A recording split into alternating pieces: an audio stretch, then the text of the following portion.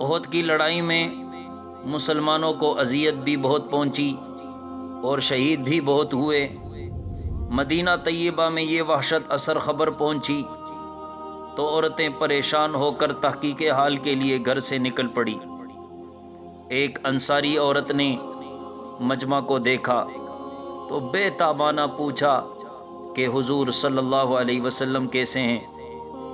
اس مجمع میں سے کسی نے کہا کہ تمہارے والد کا انتقال ہو گیا ہے۔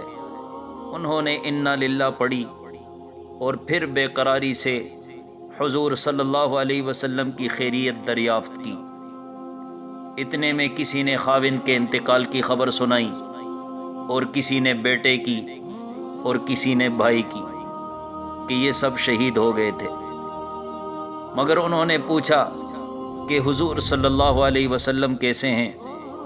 لوگوں نے جواب دیا کہ حضور صلی اللہ علیہ وسلم بخیریت ہیں، تشریف لا رہے ہیں۔ اس سے اطمینان نہ ہوا، کہنے لگی کہ مجھے بتا دو کہاں ہیں۔ لوگوں نے اشارہ کر کے بتایا کہ اس مجمع میں ہیں۔ یہ دوڑی ہوئی گئی اور اپنی آنکھوں کو حضور صلی اللہ علیہ وسلم کی زیارت سے ٹھنڈا کر کے عرض کیا، یا رسول اللہ، آپ کی زیارت ہو جانے کے بعد ہر مصیبت ہلکی اور معمولی ہے۔